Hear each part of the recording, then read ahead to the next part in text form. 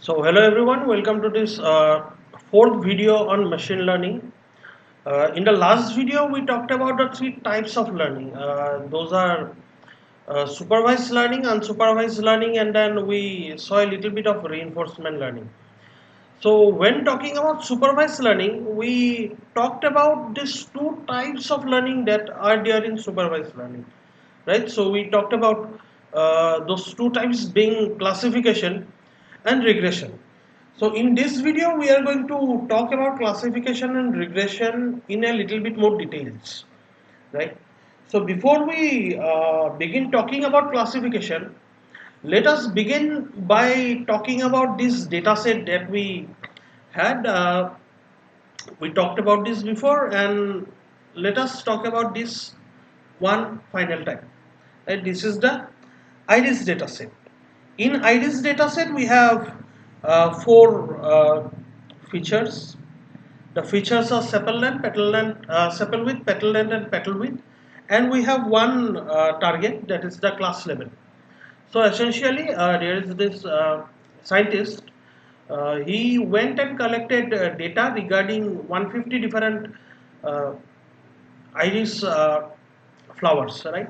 Iris is a genus of flowers, and this flower genus, this iris genus, has three species. So one is Iris versicolor, another is Iris setosa, and the third is Iris virginica. So he went and collected measurement of 150 different flower. For example, let us look at this data instance, this data point, and try to understand what this means. This scientist, Fisher, he went and then he collected this data and he saw that the sepal length, that is this length of the flower, is equal to 4.9 centimeter. This length, the sepal length, is equal to 3 centimeter. This is the petal. This is the sepal. The petal length, he found out it was 1.4 centimeter, and the petal width was equal to 0.2 centimeter. Alright, he collected this four data, and then he recorded what is the type of the species. He recorded that it was setosa. Alright, so in this way we have 150 different instances. We have data of 150 different iris flower. 50 of them belongs to versicolor, 50 of them belongs to setosa, and the other 50, remaining 50, belongs to this species called virginica. Alright, so now say I am given this data. Okay, I am given the data that there is a flower. Okay, this flower is an iris flower, and the sepal length of this flower is equal to 5.9 centimeter. The sepal width is equal to 3 centimeter. The petal length is equal to 5 centimeter, and the petal width is equal to 1.8 centimeter. Now this data is given to me. Now I am asked the question, what is the species of this flower? Now the answer that I have to give will be either this flower is versicolor, either it is setosa, or it is virginica, right? So there are three options that I have: setosa, versicolor, and virginica, and I have to tell which of these three flower this data belongs to. Okay, the flower that has this parameter, what is the species of this flower? Okay, so by now you may know the difference between classification and other form of problems that we have. In classification, the output that I have to give, right, belongs to one of a few discrete number of classes. For example, here I have to tell out of these three different classes what is the class that my output belongs to. All right. So yeah, uh, if I if my output belongs to one of three different one of a few discrete classes, then those kind of problem is called classification. This is a classification problem. Here my output will be one of three different possible outputs. So the three possible outputs are setosa, virginica and versicolor, and the output that I will have to provide will be one of these three different outputs, right? So this is a classification problem. Now let's talk about what is classification. In statistics, classification is the problem of identifying to which of a set of categories a new observation belongs. So there is a predetermined set of categories. For example, in the data set I just showed you, there are three categories are setosa, virginica and versicolor. So in classification I have to identify to which of these three of this set of categories a new observation belongs. Okay.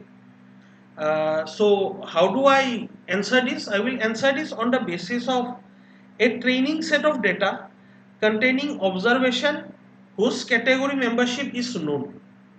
Okay. So I will have some training data.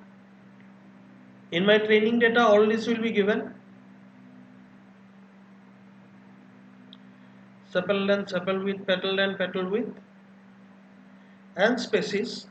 So based on this training data, I will look at this training data, I will learn something from this training data, and then given this set of new observation whose answer I don't know. Okay, based on this training data, I will have to learn something from them, and I will have to tell that this unknown data that is given to me whose species I don't know. For example, say I will have to tell what is the species of this flower. Okay. Another example of this classification is this. There is this data set called MNIST. Okay. In this data set, there are lots of images of digits. Okay, so say 1, 2, 3, another 2, another say 4, another 1, and then along with these images, I am also given what is the for this image what is the class. For example, for this image the class is 1, for this the class is 2, for this the class is 3, and so on, right? So along with images I am given what is the class of this image. So how many classes do I have here? I have 10 classes from 0 to 9. Okay, so from all this data that I have, from all these images that I have to uh, learn something. Okay, I have to learn something, and then given some new image. So this is the image that is given to me. Okay, I don't know what is it that this image belongs to. What is the class of this image? Is it a 1, is it a 2, is it a 8 or 9, or what is it? Okay, so what I will do, based on all this training data, I will learn something. I will have some machine learning model,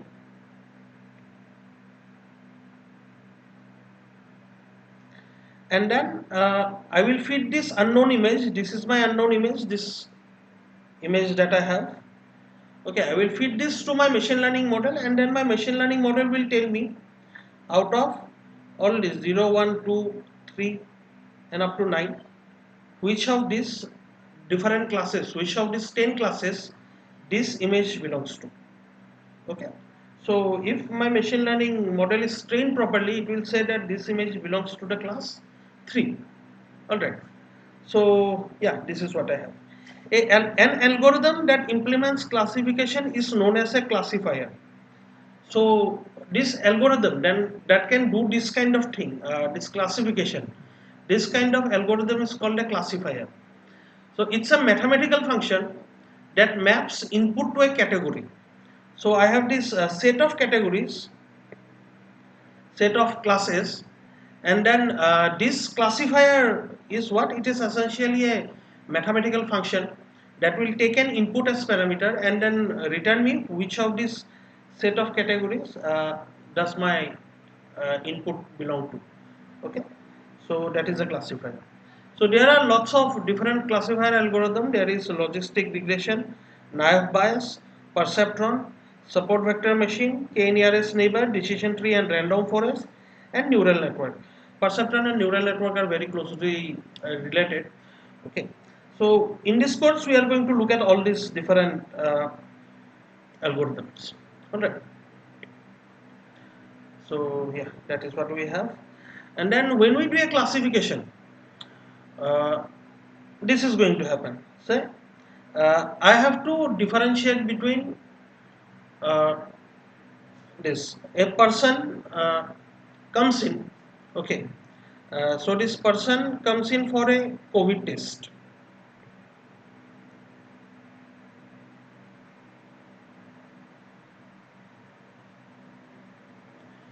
Now my test is going to say either this person has, what is the output that my test can give. Okay, it's a classification problem. More specifically, it's a binary classification problem, in the sense that there are two classes that my output can be. Okay, my output can be either this person is positive, that means this person has COVID-19, or it may say that the person is negative, that means the person does not have COVID-19. So output may be positive or negative. All right. Now, how well did my model learn? Okay. How well is my model performing? So, to find that, I will do one thing. I will have this training data. Okay. This person 1 will be there, person 2 will be there, person 3 will be there, and there will be some true value, and there will be some predicted value that my machine learning model, my COVID test, machine learning based COVID test or whatever COVID test is going to predict. Okay, so person 1 may truly be positive. Okay, and my machine learning model is going to say what, that the person is truly positive. Okay, that the machine learning model, my COVID test is going to say that the person is positive, this person has coronavirus. All right, then the other scenario may be that the person has uh, coronavirus. Okay, the person is positive, but my prediction out, my COVID test is going to say that the person does not have coronavirus, so the prediction is going to be negative. Then the third scenario would be the person does not have coronavirus, but my prediction says that the person has coronavirus.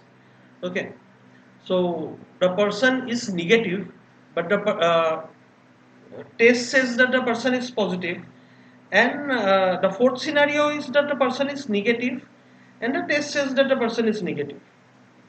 Okay, these are the four scenarios that may be there. Uh, the person is has coronavirus, the test says that the person has coronavirus, so positive, positive. So my test is doing what, my test is saying that the person is truly positive. So the person is positive and my test is saying the output positive, so the output is truly positive, person is positive and the output is true. Okay, so this is called true positive. All right, then what may happen, the person may be positive, but my test may say that the person is negative. Okay, so my test is saying that the person is negative, but it is false, right? The person is positive, but my test is saying that the person is negative. So my test is saying that the person is negative, but it is false. Hence, the output is false negative. All right, the person, my test result is falsely negative. Then the third scenario, person is negative, but my output is saying positive, so it is falsely saying that the person is positive, right? So this is false positive. And then the person is negative, and my output test result is saying that the person is negative. So the person is negative and my test result is negative. So this is truly negative. Okay, my output is truly saying that the person is negative. So out of these four scenario, this is correct result, this is correct result, these two are errors. Okay. Now what am I going to do? say in my binary classification problem, okay, I will have some data set. My data set would have lots of positive, negative, and so on. Positive, okay. I am going to divide, as I already talked about this, I am going to divide my data set into training set and testing set, right? So I am going to test my data set on this training set, right? I'm going to learn something using this training set, and I'm going to test using this test set. Okay, I hope you don't have any doubt regarding this part. If you have doubt about how, what do I mean by this, what do I mean by splitting my data set into training and test set, okay, then I suggest that you go back to the last video and rewatch it. Okay, so this is what I'm going to do now. Based on this test data set, okay, I am going to have output that are true positive, true negative, false positive, and false negative, right? And there will be some count. Say I have 100 things in my test data set. Out of this, say 70 are true positive, okay, say 20 are true negative, 30 70 25, say 7 is false positive, and say 3 is false negative. Alright, so this is one scenario that may happen.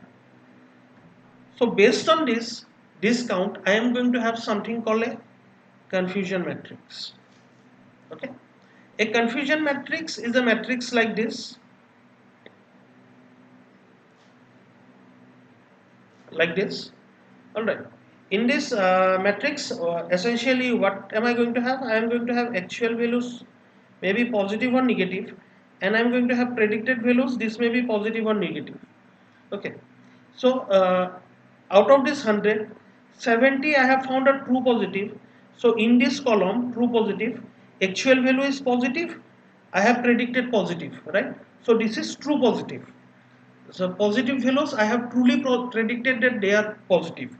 So 70 of them are going to be here. Okay, this cell is going to have, this cell is going to have a value of 70.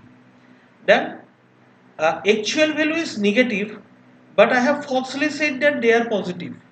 Okay, so this I have falsely said they are positive. These are false positive. So false positive, in my experiment I got 7. So 7 of them are going to be false positive. Okay, then there will be some that are actually positive, but I have said that they are, my test is going to say that they are negative. So my test is going to falsely say that they are negative. Actually they are positive. My test is falsely going to say that they are negative. So a few of them are going to be false negative, 20 in my example. And then the remaining are going to be true negative. They are negative and my test is saying that they are negative. So my test is truly saying that they are negative, right? So yeah, this is what I have. In this way I am going to have a matrix with lots of different values, lots of different numbers, right, from my example. Now with coronavirus test, it is very easy to understand what true negative and false, what negative and positive means, okay, in this context, because test results are directly negative and positive. But then let us say I have another data set. Okay, so this data set has 1.jpg, and say it's a picture of a cat. 2.jpg, it's a picture of a dog, and so on. I have in my data set, this is also a binary classification problem where my output has two classes, cat and dog. Okay, so what am I going to do here is I am going to give cat equal to value equal to say 0 and dog equal to 1.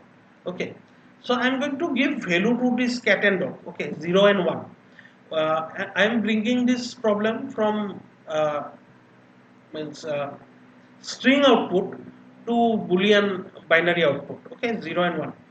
And then what will happen is that here in my confusion matrix, say if I am given some picture, say 100 pictures of cats and dogs in my test set. I am given one picture. Now, if this picture is a picture of a dog, okay, and I am saying that it is the picture of a dog, then I will say that it's true positive. If it's the picture of a cat and I am saying it's a picture of a dog, I will say it's false positive. If it's picture of a dog and I am saying it's picture of a cat, I will say it's false negative. And if it is cat and I am saying that it's a picture of a cat, I will say that it is true negative. Right? So in this way, even though negative and positive does not make any sense with pictures of cats and dogs, but I can still use this confusion matrix and these terminologies, true positive, true negative, false positive, and false negative, with this in this context to create such a confusion matrix.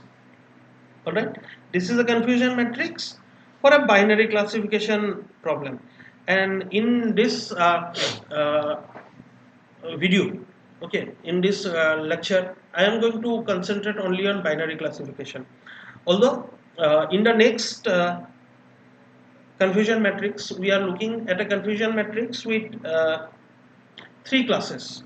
Okay, so these are classification done on IRIS dataset. All right. So I have these true values, Setosa, Virginica, and versicolor, and then what is the output that I am making? These are the output: Setosa, Virginica, and versicolor. So what is that I am given? I am given 13 images of Setosa. Okay, and I am correctly able to predict all the 13 images as Setosa. Okay, I am given 16 images of versicolor, but then I am able to predict only 10 of them correctly as versicolor. Remaining 6 they are versicolor, but I am saying that they are virginica. So 6 I am making mistakes. All right. Then there is virginica. 9 of them are given to me, and all 9 I am correctly able to predict as virginica. All right. So in this way, I have a confusion matrix that corresponds to three class classification. Okay, my multi-class classification. Okay. So in this way, you can have confusion matrix for multiple classes as well. But then I'm going to concentrate on this kind of classification matrix in which there is binary classification. Now I am going to use uh, example of COVID test and another example of criminal system. Okay, let me go ahead and give the example of criminal system, the courthouse. In a courthouse, a person may come in and the person will be judged by a jury. Okay, and this person goes to a court. Now there are two possibilities. This person may be positive, that is this person has positively committed a crime, and the person may be negative, that is the person is innocent. Okay, this means the person is guilty and the person is innocent. Okay, so the person may have two possibilities. Now what will happen is that this person will go to the court, there will be a jury, and then the jury is going to say that the person is either innocent or guilty. Now what may happen, the person may be guilty, and then the jury is going to say that the person is positive. That means the jury says that the person is guilty. Okay, or the jury may say that the person is negative. That means the jury may say that the person is innocent. In the same way, the person may be innocent and the jury may say that the person is guilty, or the jury may say that the person is innocent. Alright, now see what's happening. Uh, the person is guilty. Okay, if the person is guilty and the jury says that the person is guilty, then it's correct. Okay, then if the person is guilty and the jury says that the person is innocent, this is a mistake. Then the person may be innocent, but the jury may say that the person is guilty. This is also a mistake. The person, if he is innocent and the jury says that the person is innocent, this is correct. Okay. So in our case, if the person is guilty and jury says he is guilty, this is true positive. If the person is guilty, jury says that the person is innocent, this is false positive. False negative.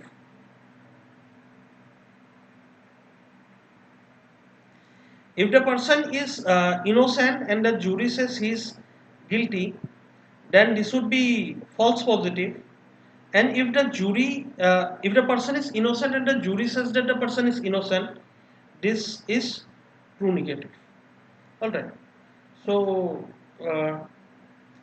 if 100 people goes to the judicial system, okay, some of these people will be truly guilty, some of them will be truly innocent, okay, and then the jury is going to give all this verdict, okay. Based on this, I will have this count of how many are truly positive, how many are truly positive, how many truly negative, how many false positive, and how many are true negative, okay. And I can get this count, I can put it in here, okay. Say uh, 30 is true negative, okay.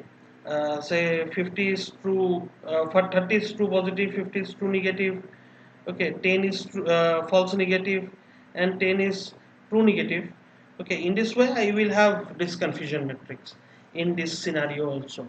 All right. So yeah, one thing to notice here is that there is no notion of positive and negative when you go to a court. You have this notion of guilty and innocent, but then we are saying that one of this is positive, one of this is negative. That is arbitrarily. Okay, we could have said that guilty means negative and innocent means positive.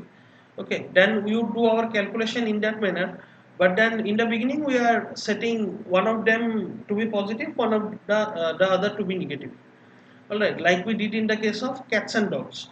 There is no notion of positive or negative in cats and dogs. Okay, but then we are saying that if it's a cat, then we say it's positive. If it's a dog, then we say it's negative.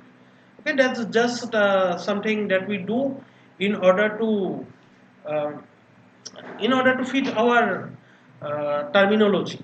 Okay, our terminology in this confusion matrix, we use the word positive and negative. So in order to fit our terminology, we say one of these two classes is positive, the other in that case will be negative. Okay. So if you have any doubt till now, I hope rewatching this video will give you some better understanding. Okay. So yeah, this is confusion matrix. So if you have uh, any doubt, then you should reach out to me and clear your doubt. Okay, because going forward, the next few things that we are going to talk about in this video depends entirely on your understanding of the confusion matrix. All right. So yeah. Now a few more things. Uh, these two are correct. Correct prediction, right? True positive and true negative. When we have a positive and we correctly say that it's positive, that is true positive. When we have a negative case and we correctly say that it's negative, we call it true negative. Okay. Then we have this other two. This is called type 1 error, and this is called type 2 error. Alright. False positive and false negative. Just terminologies. Now let us look at some performance measure. Uh, Confusion matrix is a very good uh, measurement that shows us how good our system is doing.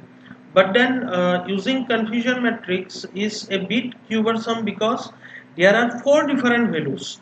Okay, there is true positive, false positive, false negative, and true negative, right? There are four different numbers that we have to look at when we look at a confusion matrix. in case of binary classification. But then if we want to really gauge, if we want to really look at the performance of our system, okay, we need one number that we can look at, and we are going to use this one number to compare against two different systems, say. Okay, so we need some way in which we can reduce this four different number into one single number. Okay, that is our point. So there are lots of different ways in which we can do this. In this video we are going to look at these 6 different ways: accuracy, precision, recall, F measure, balanced accuracy, and Matthews correlation coefficient. Okay, so before we go forward, let us talk a little bit more about this confusion matrix. Okay, so confusion matrix, of course, we are going to get this value by looking at our test data set. Sorry. Okay, so once again, this is our training, this is our entire data set, and we are going to split our data set into two parts.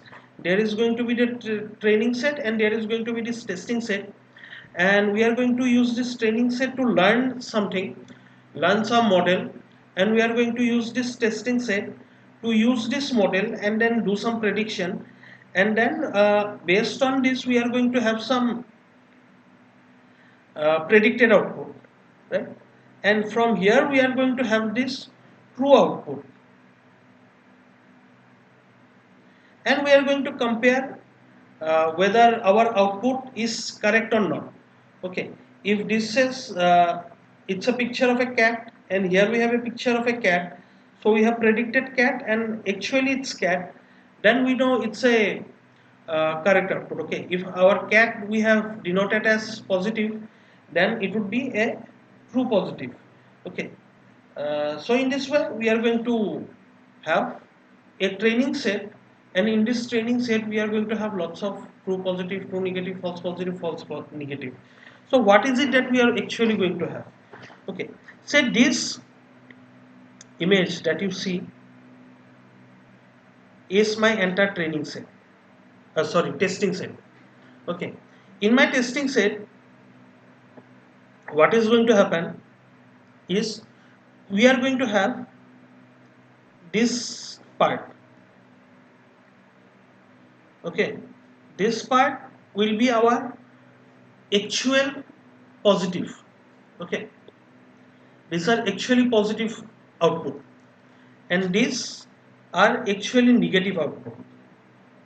Okay, so we have this test set. In our test set it is divided into two parts. One half of these are not necessarily half in all cases, but then in this diagram it is shown as if this part is uh, positive and this part is negative. Alright, now what is going to happen in this positive part? Okay, this actually positive part, my machine learning model is going to say some of them are truly positive. This part will be correctly predicted as positive.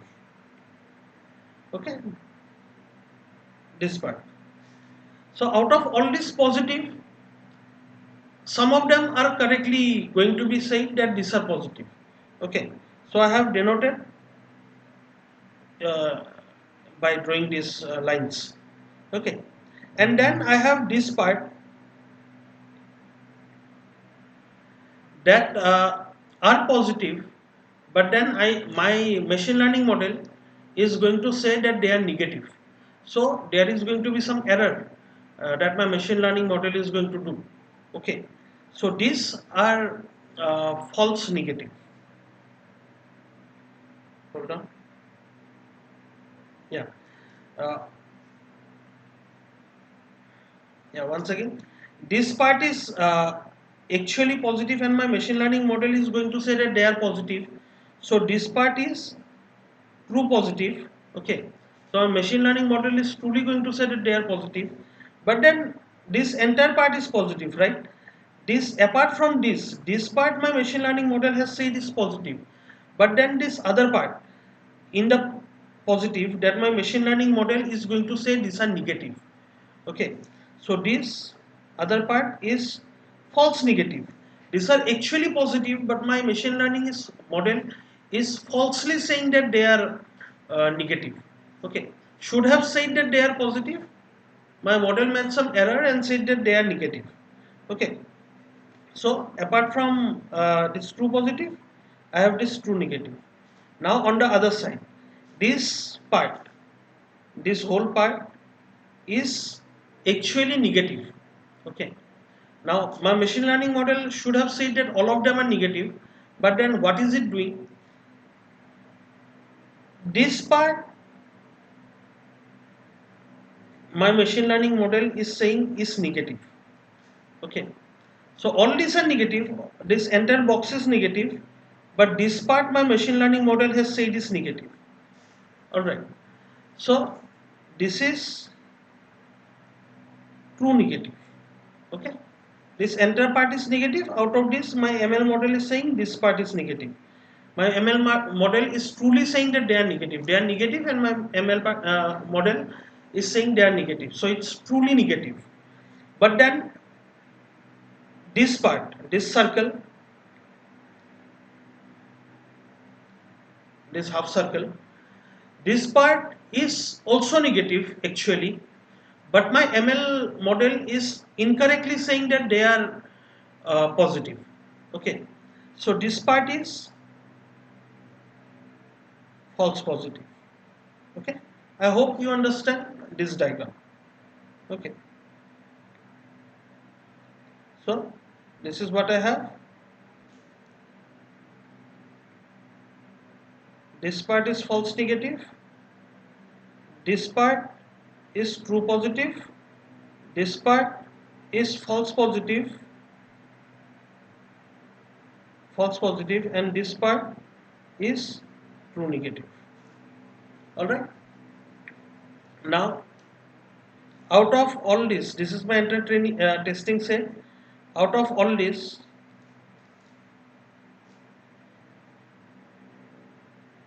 part is correct and this part is correct. Right? This part is incorrect and this part is incorrect. Okay, so this is us talking about the confusion matrix once again. Okay, but with a better looking diagram. So this is what we have. Okay, now based on these four numbers that we have, true positive, true negative, these are correct, this is correct, and false positive incorrect, false negative incorrect. So based on all these four different numbers, we are going to have this performance measure. Okay, so we are going to reduce this phone number into one number. How are we going to do that? Let us go ahead and look, but then let us go ahead and look. We will talk more about this later. What is accuracy? Accuracy is the thing that we are going to look at first. Accuracy is out of all these test results,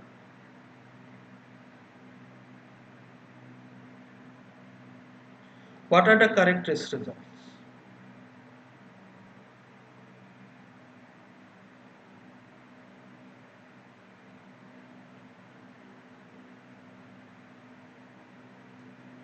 Okay, so true positive is correct, true negative is correct. Okay, this is incorrect, this is incorrect. So how many is there in total? I have false negative, false positive, true negative, and false positive, right? So in total I have true positive, true negative, false positive, and false negative. These are the four classes in total. Out of all these four, how many are correct? I say true positive and true negative are correct, right? So this correct output out of all output is accuracy. Alright, very simple. If I make 100 prediction, out of this I have predicted 80 correctly, then my accuracy is 80%. Very simple to understand. Okay. Then let us look at precision. What is precision? Precision is all that I am saying are positive. These are all that I am saying are positive, correct? Some of these are truly positive and some of these are negative, but I am incorrectly saying that they are positive. Okay. So, all that I am saying are positive. Okay. So, what are the ones that I am saying are positive? I am some that I am that are truly positive. These are the true positive. The ones that are positive, and my machine learning model is saying that they are positive. Right? This is the correct positive ones. And then there are a few that are actually negative, but I am saying are positive. Okay, these are the false positive.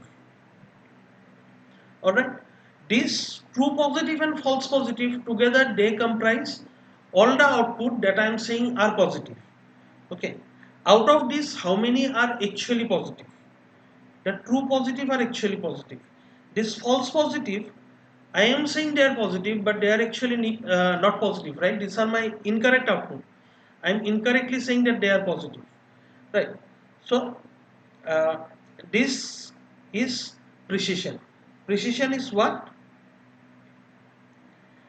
Actually positive out of all that I say are positive. Alright? Okay. Next, let us look at recall. Uh, Hold on. Recall. See, these are all data that are positive actually, right?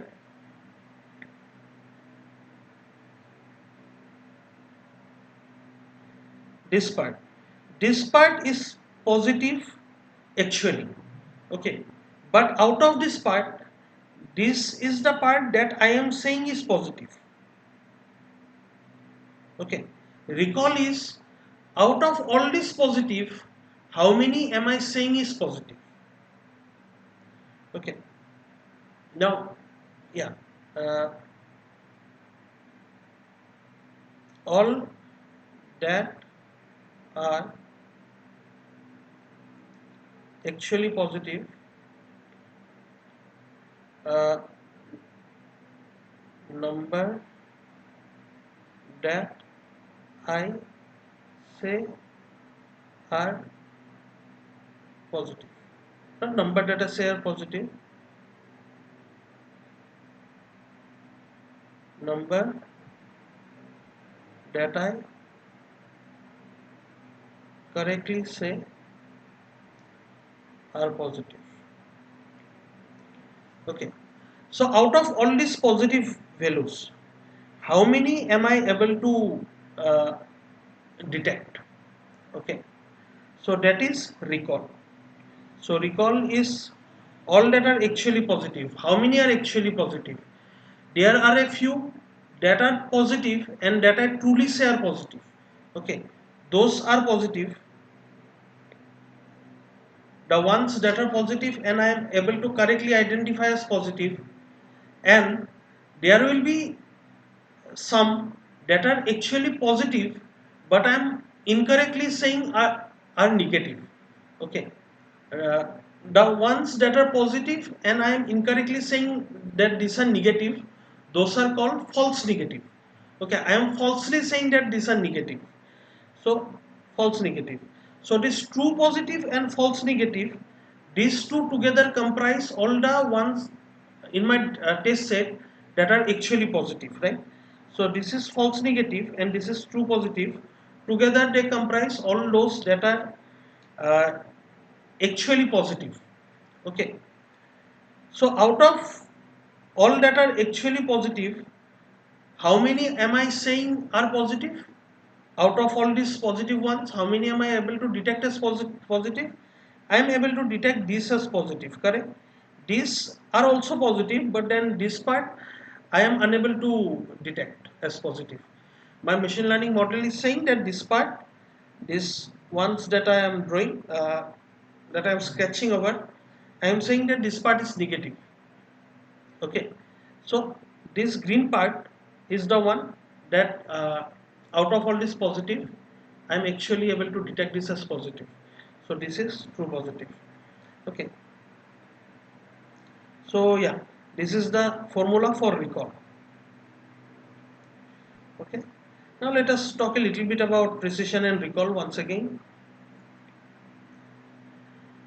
uh, Precision is what? Precision is uh, how all that I am saying are positive.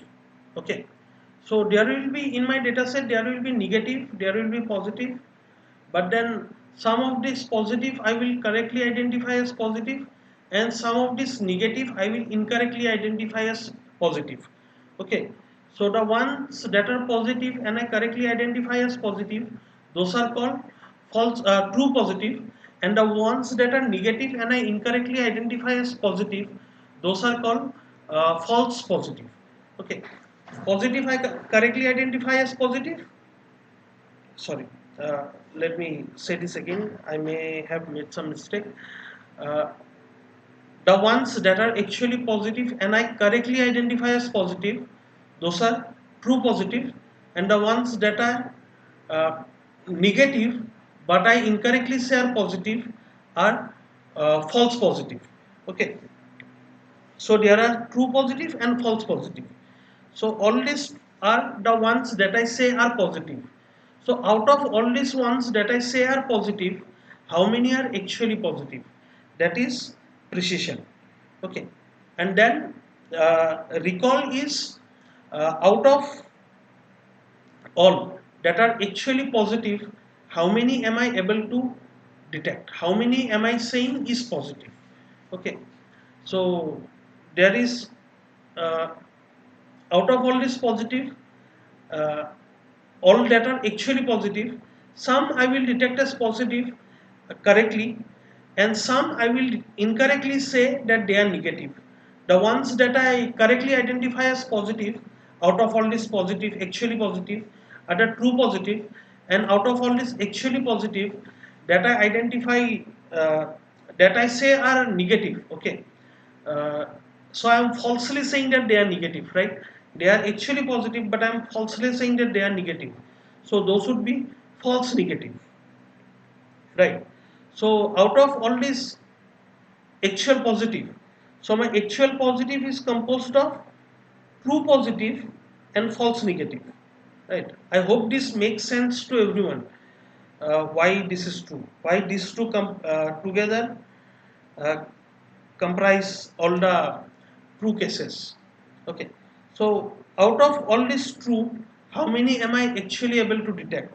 This I am able to detect, right? The true positives I am able to detect correctly as positive.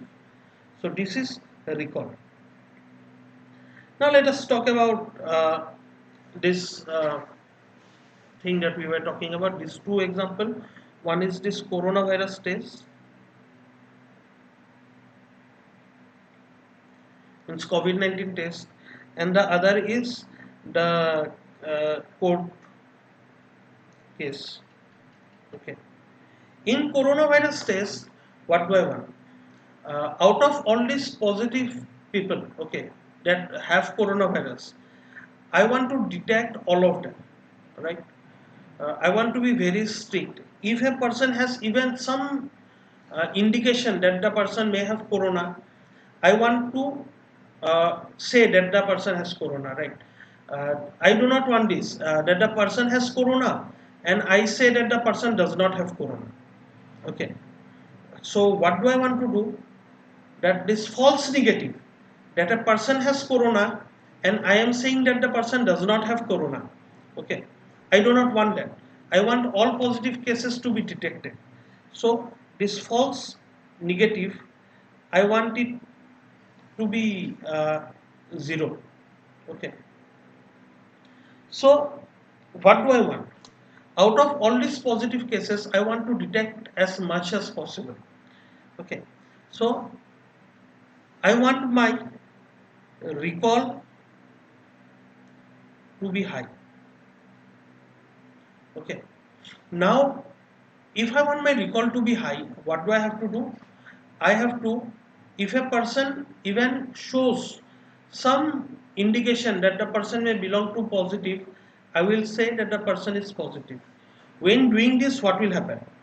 I am going to be very strict, right? And because I am going to be very strict, there will be some people who are actually negative, but then I am going to say that the person is positive. Does this make sense? Right? Because I want to say positive as much as I want to say positive. Okay, uh, that this person is positive. This other person is positive. Whenever I have even a little bit of indication that the person may have corona, I want to say that the person is positive. Okay, I don't want a person with corona to be roaming around. All right. So I am going to say, if a person even shows a little bit of indication, I am going to say that the person is positive. So I want my recall to be high. Okay, all these positive cases, I want to say they are positive. This will increase my recall. Why? So I want my false negative to be low. So my true positive by true positive, it will be equal to 1. Okay, my recall I want to be equal to 1. But then what will this do? Uh, if I become very serious, if I am very strict uh, in saying yes, okay, means I say that the person is positive uh, very often, okay, then there will be lots of people who are negative, but I will say that the person is positive, okay. So this is going to be a side effect of my policy. So if I want my recall to increase, what will happen is that my precision is going to decrease. Why? Because there will be lots of people who do not have corona, okay, who are actually negative, but then I will say that those people are positive, okay. So I will have lots of false positive. So my false positive is going to increase,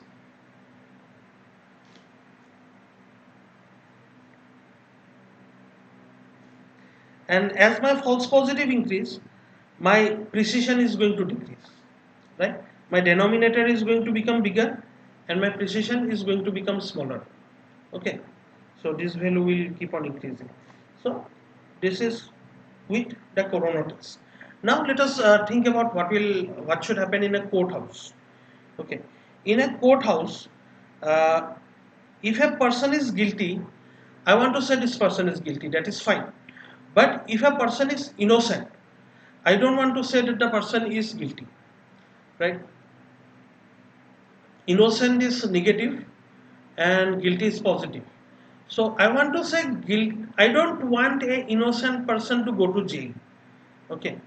So I am going to be very demanding of the lawyer. I am going to be very demanding of the uh, evidences. Okay. So if there is lots of evidence to prove that a person is guilty, I am going to say that a person is guilty. Fine. But if there is relaxation in means there is less evidence, okay, there is lack of evidence, then I am going to say that the person is innocent, right? Because what I don't want is I don't want false positive, okay. I don't want to say that the innocent person is guilty, okay. So in order to do this, what do I want? uh, when I say positive, when I say someone is guilty, I want to make sure that the person is actually guilty, okay. So I want precision to be high. I want precision to be equal to 1. Alright. So I want false positive to be equal to 0. Okay. What does this mean? Positive means saying that someone is guilty. This I don't want to falsely say that someone is guilty. Okay, I don't want to send an innocent person to jail. So I want false positive to be equal to 0. So if my false positive is equal to 0, if this is equal to 0, then this ends up being 1. Okay, so I want a high precision. Now because of this, what is going to happen? There will be some guilty people whom I will end up saying that they are innocent, because I don't want to say someone is guilty. Okay, uh, I want to say that people are innocent. I mean, if there is no hard evidence, I am going to say that a person is innocent. So because of this, I am going to be very strict about evidence. Okay, so if you are going to show me lots of evidence, only then I am going to say that someone is guilty. Now, because of this, there will be guilty people, and I am not going to get evidence of these guilty people. And because there is going to be lack of evidence, uh, because I am going to be very strict with evidence, some of these guilty people I am going to say are innocent, right? So, because of this, what will happen? Out of all these positive, all these guilty people, there are lots that I am going to say are innocent. So my false positive, false negative is going to increase. Okay, so my false negative is going to increase. So there are going to be guilty people. Negative means I am saying innocent. There will be lots of people whom I will say innocent, but I am falsely going to say that they are innocent. Okay, so falsely saying that someone is innocent means I am making this false negative mistake. So if my false negative mistake increases, that is in my formula for recall, my denominator increases, so my recall is going to decrease. Okay, so in my code case, I want the precision to be high, but if I try to increase the precision, my recall is going to decrease. Alright. So in Corona, what do I want? I want the recall to be high, and when trying to make recall high, I am going to end up with a lower precision. And in my code case, I want the precision to be high, and in order for my precision to be high, I am going to end up with a lower recall. Alright. So this is what I have. This is precision and recall. Okay. With two examples, Corona and court case, I hope I have given you uh, means, cases, case studies of where we would want higher precision and where we are going to want higher recall.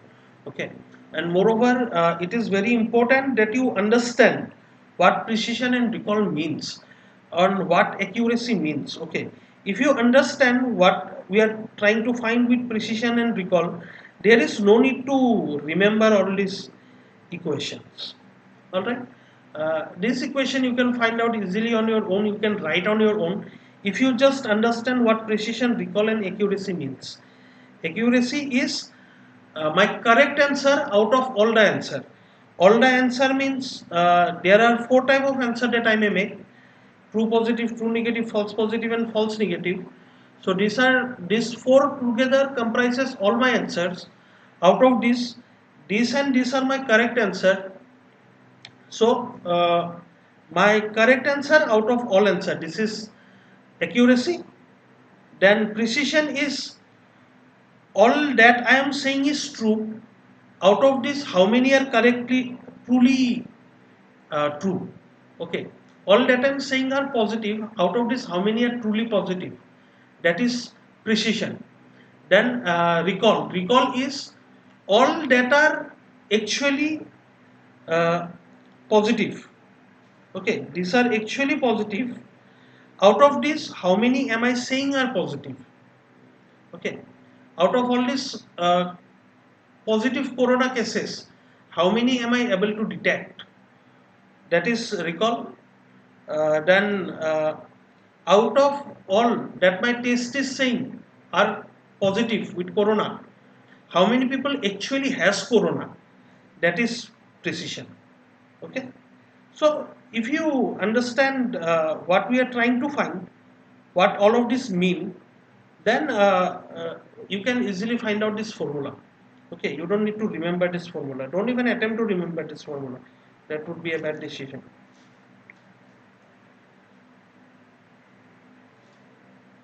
Okay, hold on. Okay, let's talk a little bit about little bit more about precision and recall. A precision, also called positive predictive value, a precision score of 1 for some class A means that every item labeled as A does indeed belong to A. Okay, so it says nothing about the number of items from class A that were not labeled correctly. Okay, so precision means what?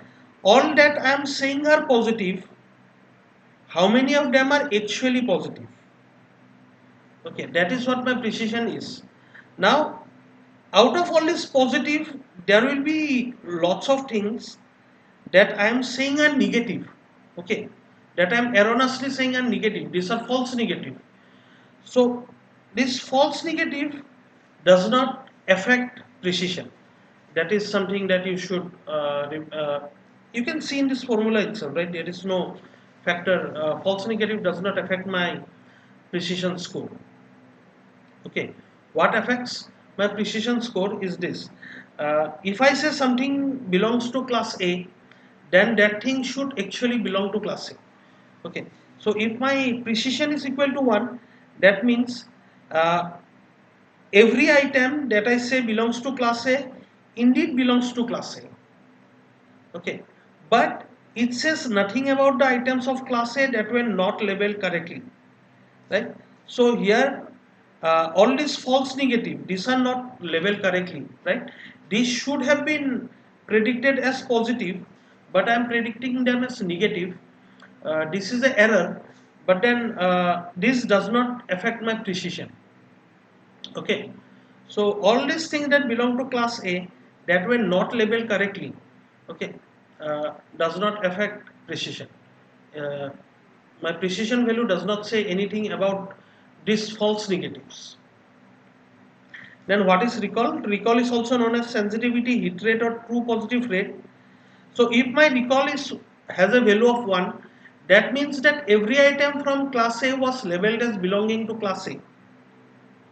Okay. So every item, uh, if I have a recall equal to 1, what does that mean? That means false negative is equal to 0. That means every item that is in class A actually is identified as belonging to class A. Okay. Uh, Now I am able to detect all the positive cases. All the cases that were positive, that belong to class positive, were detected as positive.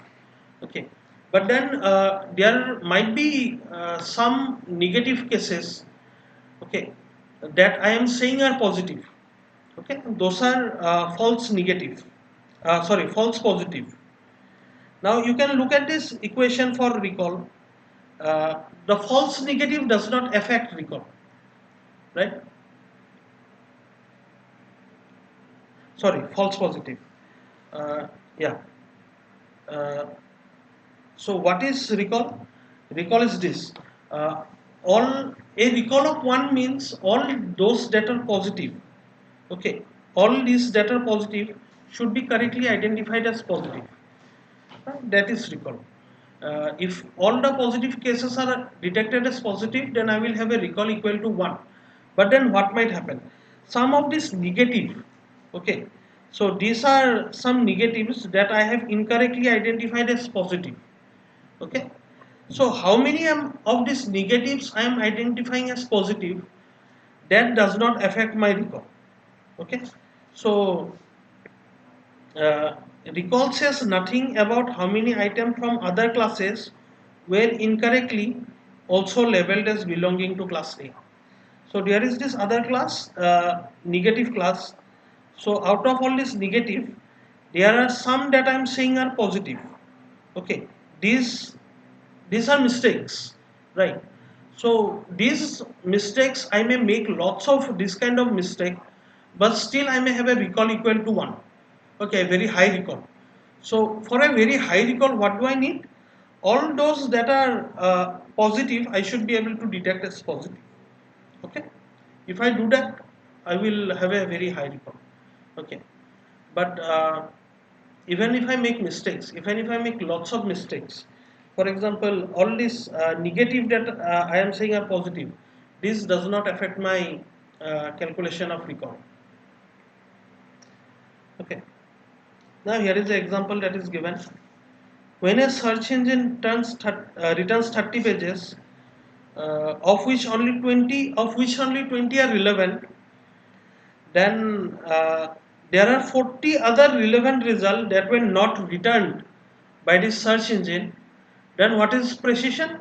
Precision is 20 out of 30. Okay, so out of this 30, only 20 are relevant. So 20 out of 30 is the precision, but recall is there is total 60, right? 40 are not returned, 20 are returned, 40 are not returned. So recall is 20 out of 60. So there are 60 relevant results. Out of this, 20 are returned and 40 are not returned, right? So only 20 out of the 60 total results are returned. So I have recall equal to 20 out of 60. Right? In this context, precision is how valid is the search result. Right? Out of all the search result, how many of them are relevant, and recall is how complete the result is. So all these relevant 60 were there which are relevant. Out of this, how many are actually returned? Right? So 60 relevant, out of this how many are returned, that is recall, and all those that are returned, out of this how many are relevant, that is precision. Okay. Now we already talked about this, that there is an inverse relationship between recall and precision.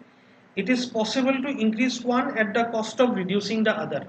We already talked about this when talking about this corona and court case, that if I want to increase recall, my precision will go down, and if I want to increase precision, my recall will go down.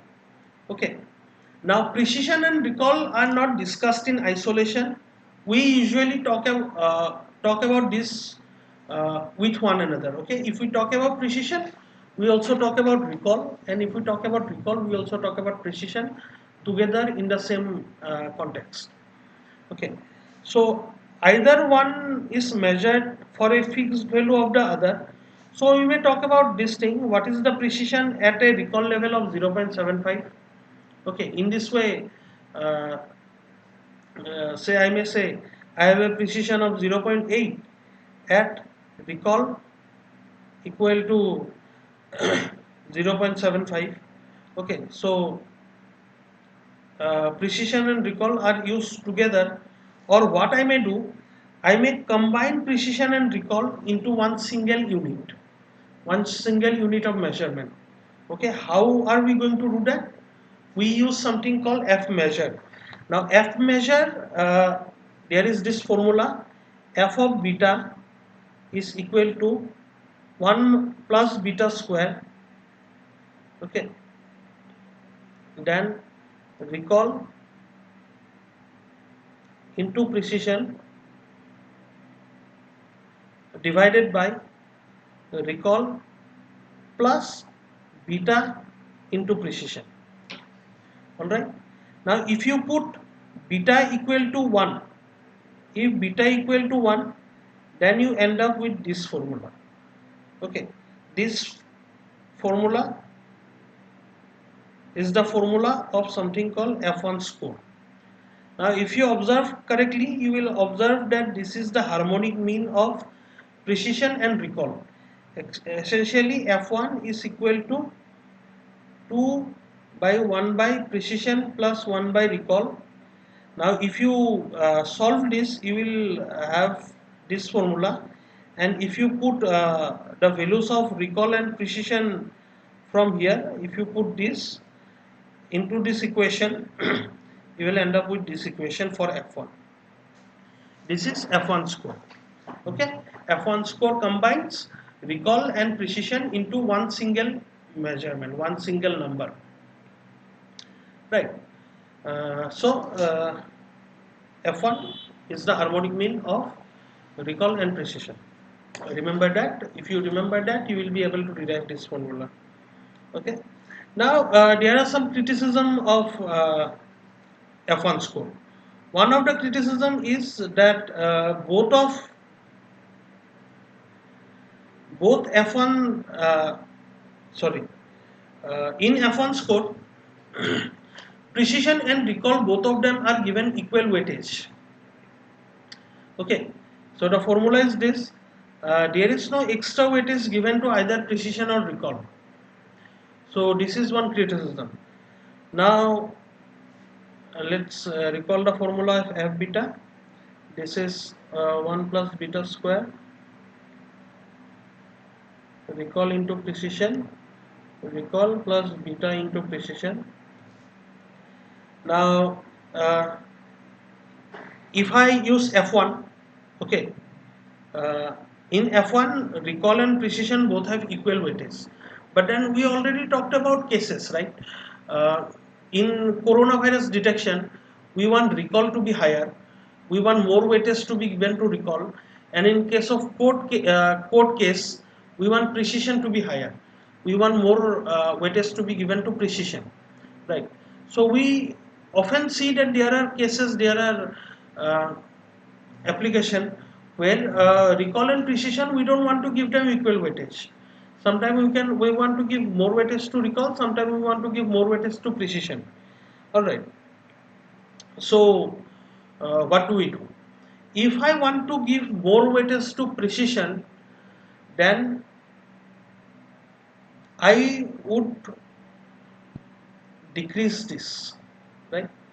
The weightage related to precision, if I decrease in the denominator, then when I have a lower precision, my uh, this this entire value is going to increase. All right.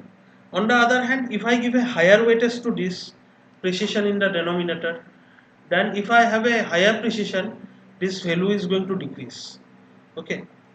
So what do I want? If I give beta equal to 2, or if I give beta equal to something greater than 1, in fact, okay, then I will be putting more weightage to recall.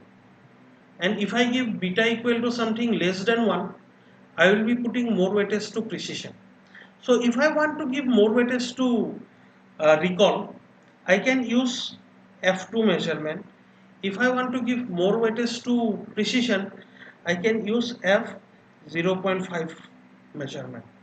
Okay, F2 score or F 0.5 score.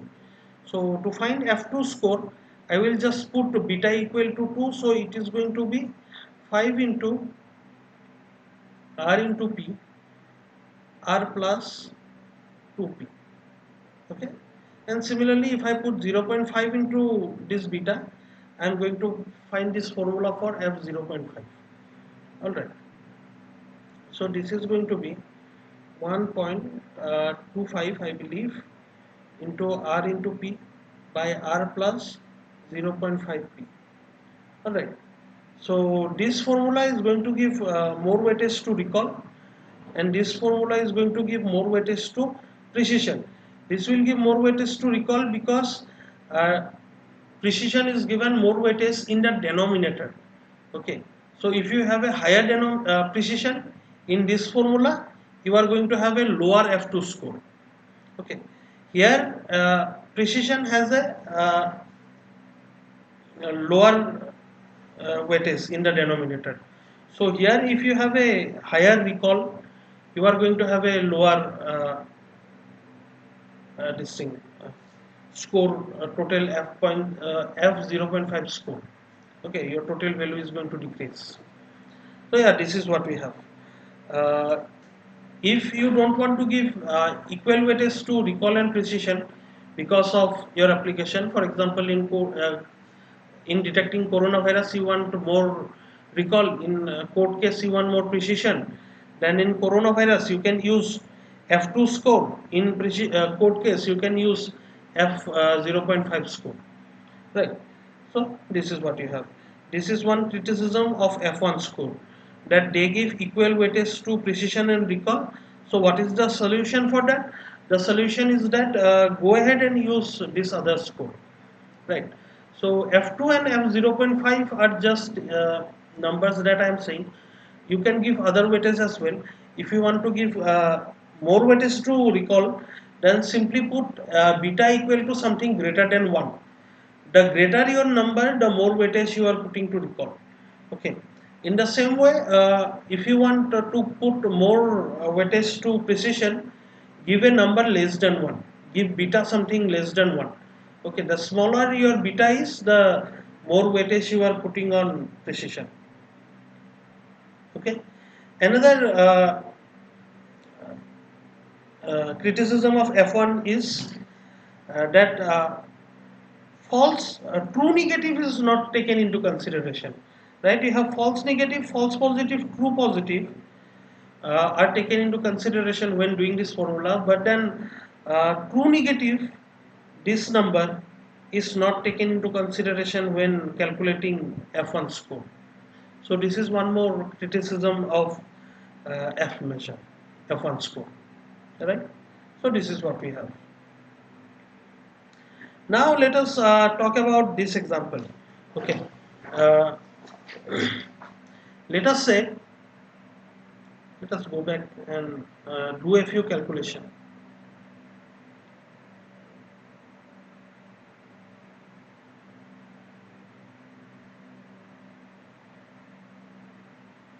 Let us say I have a data set.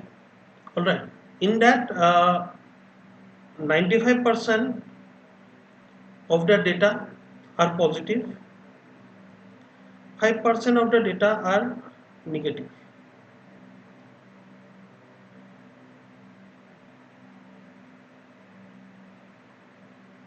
Okay. Now I have a system in which this is my test set. Okay. Now I have a machine learning system. Now my machine learning system has some error. Okay, because of this error, whenever I give some input, my machine learning system says that the output is positive. Alright. So this is clearly a wrong system, right? This is clearly something is wrong with my system. Now everything, when whatever input I give to my system says that the output is positive. Okay. Whatever is the input, my prediction is always positive. So this is not a good system. Okay, but then let us see what happens when I test this test set using this system. So 95 of my test input are positive, and because my system, whenever it receives a input, it is saying that the output is positive. So 95 of my output are going to be true positive, right? So 95 output are positive, and my system is going to say that they are positive, so it's going to be true positive. Then how many are true negative, and my system or false negative? Now my system is going to do this. Whatever result it gets, okay, whatever input is given to it, it is going to say that the output is positive, right? So none of the output is going to be negative. So there is going to be no true negative, and there is going to be no false negative. Okay, it is never going to say negative. So there is going to be no true negative, no correct negative prediction, and no incorrect negative prediction. There is going to be no negative prediction at all. Okay, because my machine learning system is not working properly. Okay, now how many of them are going to be false positive? There are 5 input which are actually negative, but because my system, whenever it receives an input, the output is given as positive. So this 5 negative these are actually negative, they are incorrectly classified as positive. Okay, so my system is saying falsely that the 5 input which are negative, they are positive. So my system is falsely saying that these 5 are positive. So these 5 are false positive. How many are false positive? These 5 that are negative are incorrectly classified as positive. Right. So these 5 are false positive. Alright. Now let us try to find the accuracy of the system. Let us recall what is the measurement of accuracy. Accuracy is all the things that I have in my test set. So I have true positive, true negative, false positive and false negative. These are everything, all the cases that is there in my test set. Okay, and out of this all that I have correctly identified. So true positive I am correctly identifying, and true negative I am correctly identifying, right? So this is 95, true positive, true negative is 0, true positive is 95, true negative is 0, false positive is 5 from here, and false negative is 0. Okay, so accuracy I am getting is 95%. Okay, now let's remember this. Okay, hold on.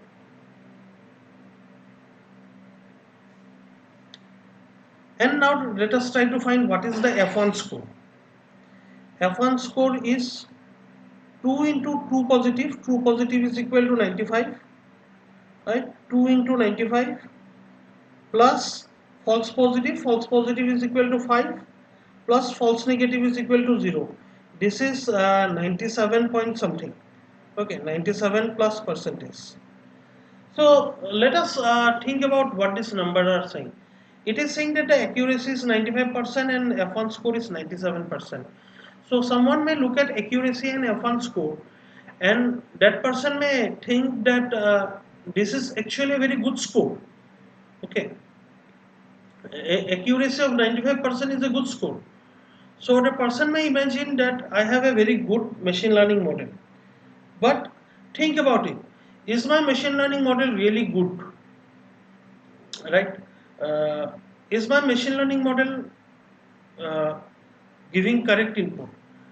Now, what will happen had my data test set been balanced? My test set is very unbalanced. Okay, 95% of my cases is positive, 5% is negative.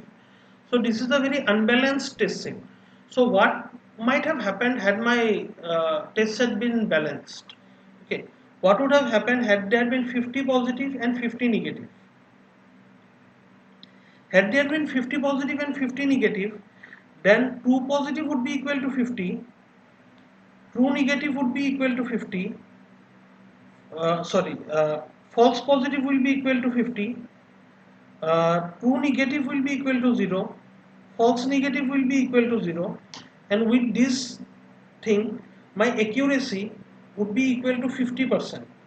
Okay, so it is as if my system is randomly guessing. Okay, so it is in fact making a random guess, right? Whenever it receives an input, it is simply saying that the output is positive, right? This is random guessing. All right, so I should have a accuracy on a balanced data set. I will have a accuracy of 50%, right? But then using this measurement of accuracy, I am getting 95% accuracy. All right. So I can see that this is not a good measurement. Okay. So let us look at a better measurement. Why is this measurement not working? This is not working because my data set is unbalanced, right? So what I am going to do is I am going to find a balanced data set. I am going to find I am going to balance this data set. I am going to scale it so that I get a balanced view of my data set, right? So with that I am going to look at balanced accuracy. Let us go ahead and look at balanced accuracy. So I am going to find true positive ratio. True positive ratio is this: out of all these uh, positives, how many am I actually saying are positive? Okay, and out of all this negative, that is true negative ratio, out of all this negative, how many am I actually saying is negative? Okay, so this is this out of all positive, how many am I saying are positive? And this is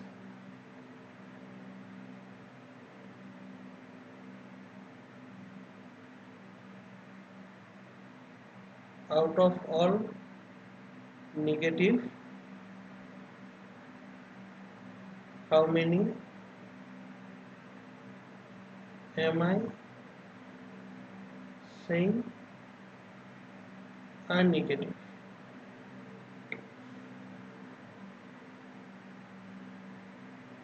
Am I correctly? Okay.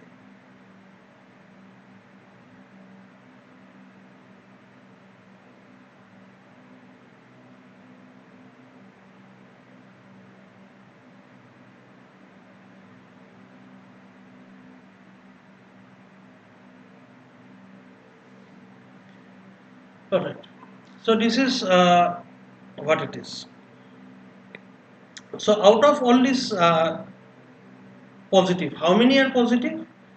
The ones that are truly say, that I correctly say are positive, and the ones that are actually positive but I incorrectly say as negative. Okay, so the ones that are positive and I correctly say are positive, those are true positive, and the ones that are positive but I incorrectly say are negative, those are false negative. Okay, these two together they comprise all that are actually positive. So out of all this positive, how many am I correctly identifying as positive? The ones that are true positive. Okay, this is one part. Okay, and then the other part is uh, out of all this negative, how many negatives are there? There is all these that are true negative, all this negative that I correctly identify as negative, and all this negative that I incorrectly identify as positive, all this false positive. Okay, these are negative, and out of this negative, how many are actually negative? These true negative ones. Okay, so these two together. Okay, and then these two will have a value, may have a value up to 2. So I scale it down and bring it up to 1, right? So this is the formula to find balanced accuracy.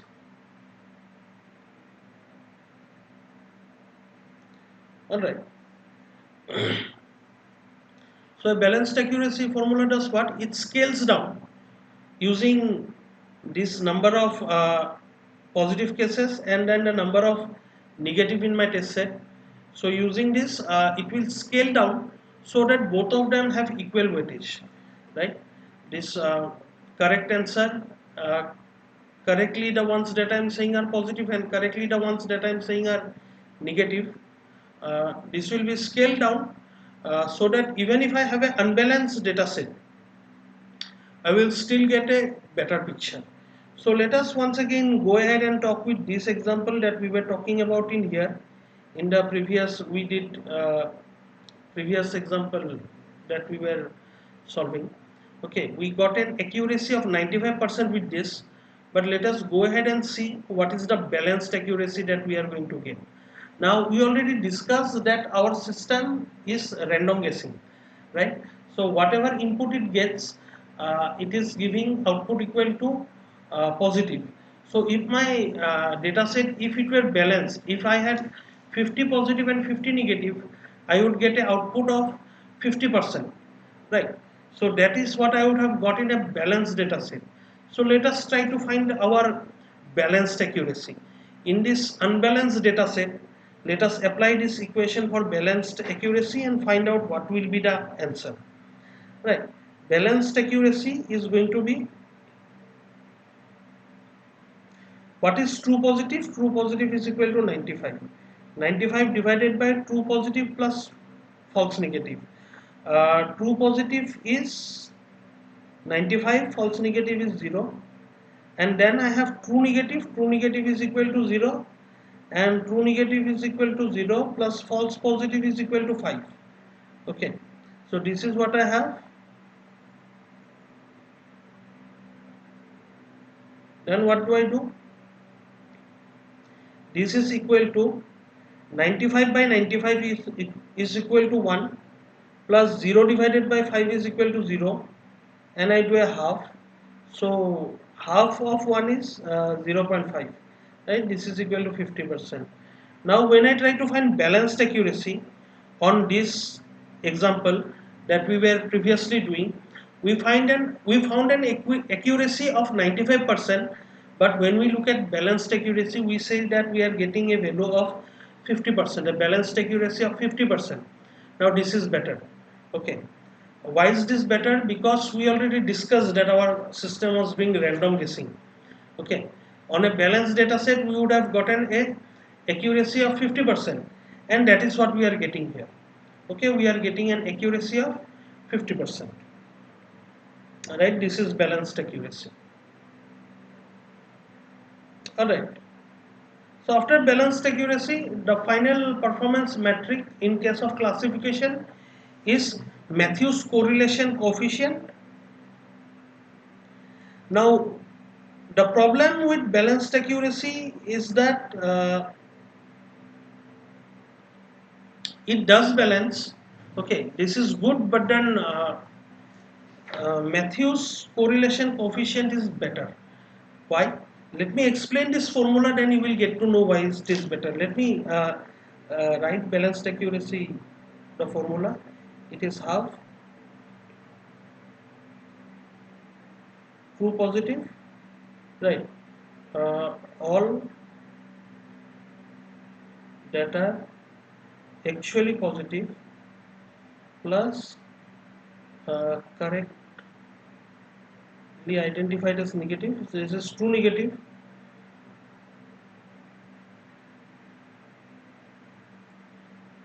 all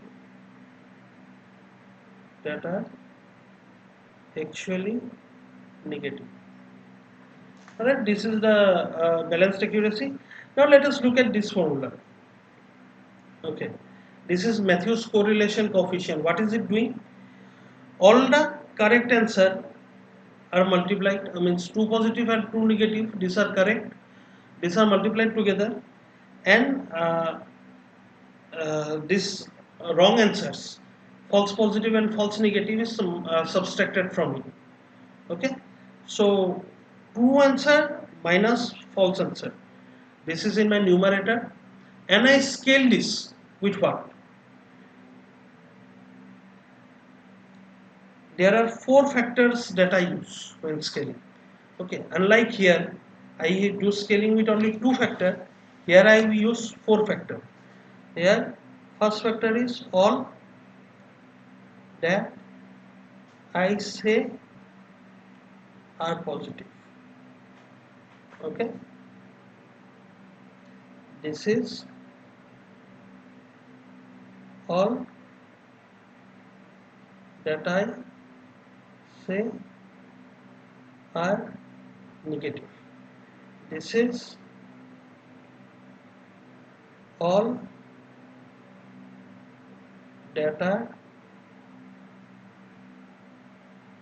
actually positive, and this all that are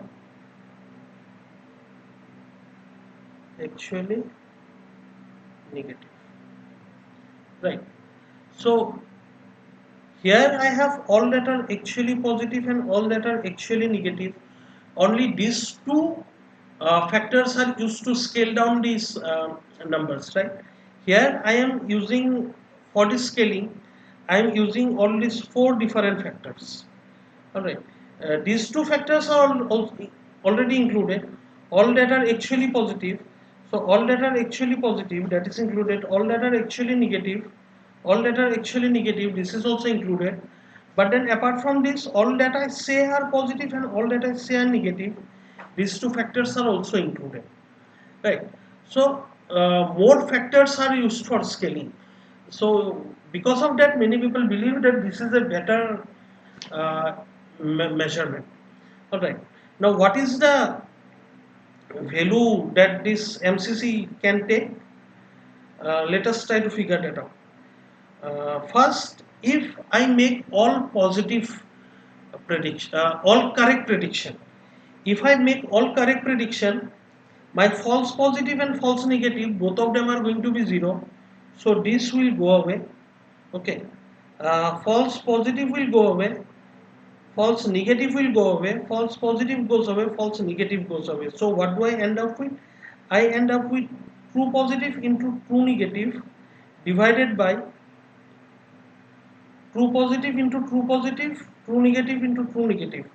So true positive square, true negative square, and I have a root over this. So I end up with true positive into true negative by true positive into true negative. This is equal to 1. Okay. So if I make all correct prediction, I will have a value equal to 1. On the other hand, on the other extreme, if I have all incorrect prediction, what will happen? If I make all incorrect prediction, then this will be 0, this will be 0, so this will go away, this will stay. True positive will go away, true positive goes away, true negative goes away, true negative goes away. Right? In the same way, I have minus false positive into false negative by root over false positive square, false negative square. So I have minus false positive into false negative by false positive into false negative. If I cancel this 2, I will have minus 1. So if I make all mistakes, I will have a value of minus 1. If I make all correct, I will have a value of equal to uh, plus 1. Okay. Now let us go back and talk about this example that we were doing. We had true positive equal to 95. We had false positive equal to 5. We had true negative equal to 0 and then false negative equal to 0.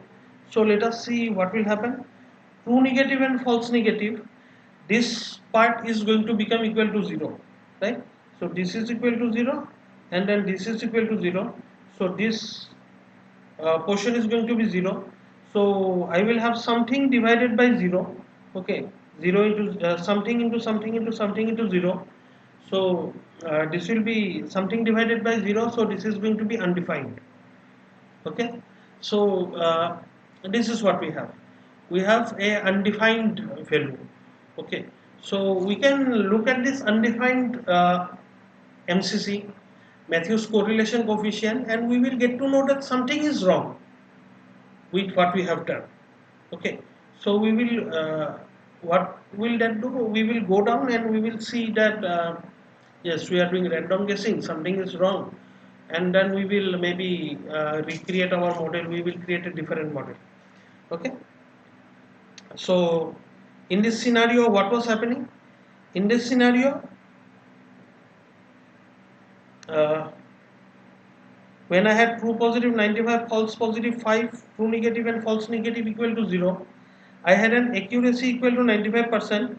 I have a F1 score equal to 91%. I had balanced accuracy equal to 50%. This is good. And then I have a Matthews correlation coefficient equal to undefined. Alright. So if my MCC is equal to undefined, I will get to know that something is wrong. I will look that deep into this, and then I will make some realization, okay, about what is wrong. Now this is an extreme random guessing. Let us look at another scenario. I have 100 prediction once again, 100 test result, test set. Out of this, 95 Yeah, 95 is positive actually, and 5 is negative.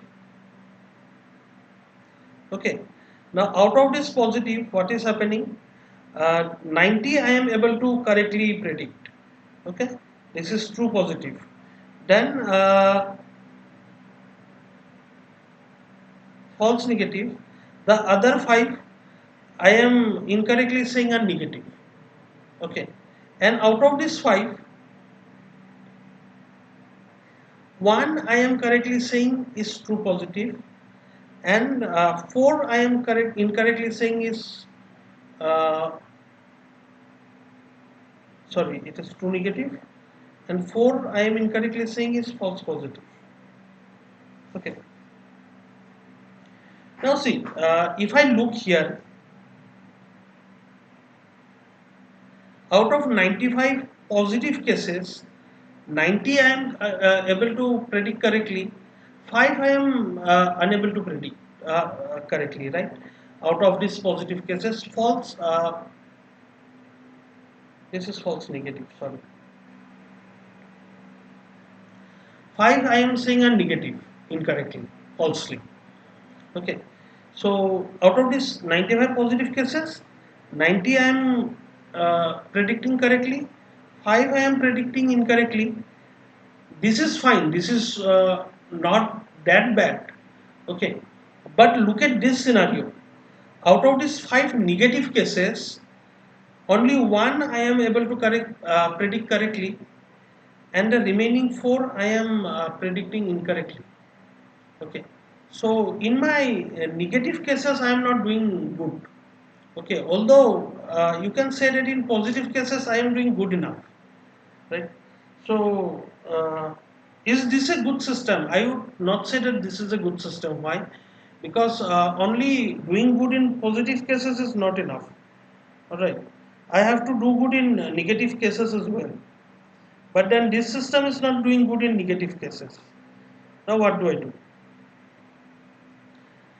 Uh, Let us try to find accuracy. Accuracy would be 91%. Okay, so 90 plus 5 plus 1 plus 4, this will be 91%. So if I look at accuracy, I am still getting a good score. If I look at F1 score, I am getting 95.24. This is also a good score. Okay, but then is this good? If I do MCC,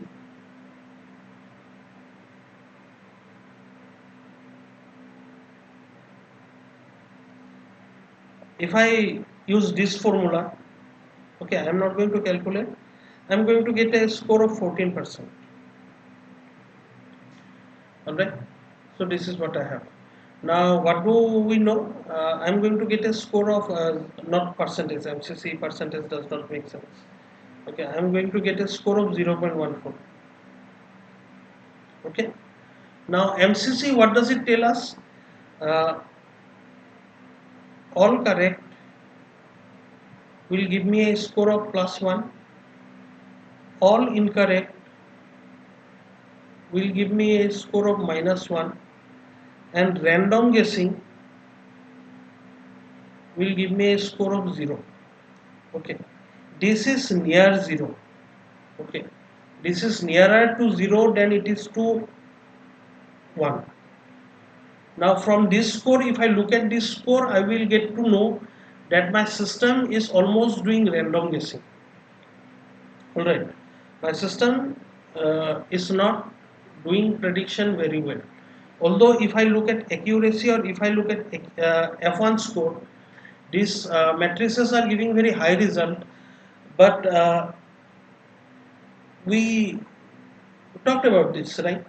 That in case of negative result, it is not performing well. Okay, so we talked about this, that my system is not good actually. So we can look at MCC score and we get to realize that yeah, it is not good. So this is this is not completely random guessing, in the sense that MCC is not equal to 0, but then it is not very good also. right? It is not somewhere near 1. It is very less than 1. It is 0.14. So yeah, this is what we have.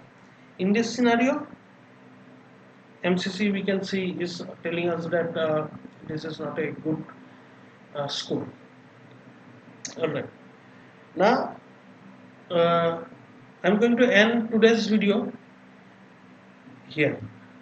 We talked about classification in this video, and more specifically, we did not talk about this algorithm for classification.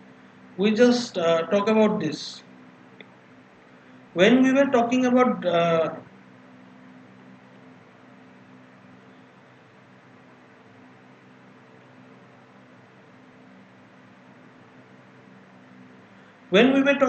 how to design a learning system, okay, uh, designing a learning system in the context of well posed learning problem, we said that there is a task T, there is some performance measure P, and there is some experience E. Okay. Now, in classification, what is our task? Task is classification. Where is the experience going to come from? Experience is going to come from some data set most of the time. For example, this is an example of a data set. Okay. Now, what is the performance measure that we are going to use? So we talked about lots of performance measures in this video. More specifically, we talked about accuracy. Okay. Then we talked about recall and precision. Then we saw how to combine these two together using something called F measure. We talked about F1 measure initially. F1 measure is the harmonic mean of recall and precision, but then F1 measure we said that it gives equal weightage to both recall and precision, which is something that we don't want in many cases, right? Sometimes we want to give more weightage to precision, for example in code case, and sometimes we want to give more weightage to recall, for example in corona test, right? So if we want to give more weightage to recall, we will use something like F2. If we want to give more weightage to precision, we will use something like F0.5. These are all example of F measures. Then we used an example where we had a very unbalanced data set with 95 positive cases and 5 negative cases. And then we had a very bad machine learning system where whatever was the input, most of the time, almost all the time, my machine learning system was saying that the output is positive. Right. So we ended up in a situation where I had a true positive value equal to 95, false positive value equal to 5, false negative and true negative equal to 0 and 0. This we discussed that this is a very bad system. My machine learning system on a balanced data set would have had an accuracy of 50%. But we saw that on this unbalanced data set, I was having an accuracy of 95% and a F1 score of around 97 point something percent. Okay, so on an unbalanced data set, these measures accuracy and F1, we saw that these are not good. Okay, this does not give us a true picture of what is happening. So we talked about what to do in case of unbalanced data set. We talked about balanced accuracy. So that was one more measure that we saw.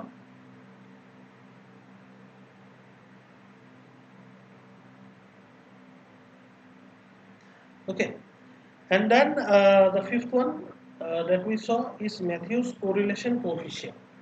Now, balanced accuracy scales your data set according to how many of them are actually positive, how many are actually negative.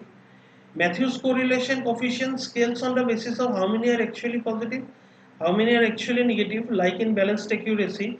But then apart from these two, those were there in balanced accuracy. MCC also, Matthews correlation coefficient also uses how many data I data is said are positive and how many data is said are negative. Okay, so there are two more factors that MCC uses in order to do this scaling. Now these are six. Okay, if I measure precision and recall as separate things, these are six performance matrices that we saw. So this part performance performance matrices that we are going to use is something that we talked about in this video. Now we also said in when talking about how to design a learning system and in the context of well-posed learning problem, that learning is essentially finding an approximation function, right? So today we talked about what are the performance measurement. Once we have some learning function, once we have some function that takes an input and gives an output, today we talked about how to say how good is this function. Okay, how good is the performance of this function. That is something that we discussed in today's class, how to measure the performance. But how to actually find this function is something that we did not discuss. Okay, we said that these are different algorithms that can be used to find that function, that will take an input and give an output. Okay, so the name of that function is called classifier function. Uh, so we are going to find that function later on, and we are going to study these algorithms that will be used to find that function, right? But once we apply one of these algorithm in order to find such a function, okay, in machine learning we say machine learning model. Once we use this uh, algorithm to find a machine learning model, we have to figure out, is this model good, or is this model performing well enough as much as I want. So to figure that out, I need some number. Okay, I will do some test and I will get some number that will tell me whether this is good or not. Okay, so how will I get that number? I will first create a confusion matrix. All right, and from this confusion matrix, I am going to find all these different measures that we just talked about, and these measures will give me this number that will tell me whether this algorithm, after applying this algorithm, the model that I have created, and by model I mean this function, this approximation function that I have created, whether it's a good function or a bad function, whether this input to output mapping that this function is doing, whether it is doing properly or there is some error.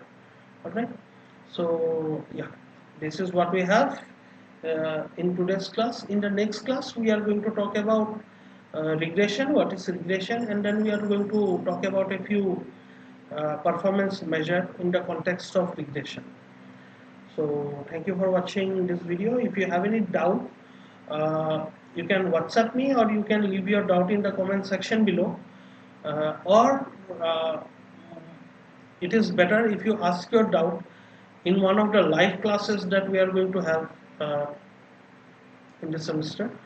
So yeah, anyway, whatever be the method with which you ask your doubt, but do ask doubt. Okay, don't go ahead with doubts in your mind. I hope once again, I hope you understood everything in this video. Thank you for watching this video, and see you in the next video.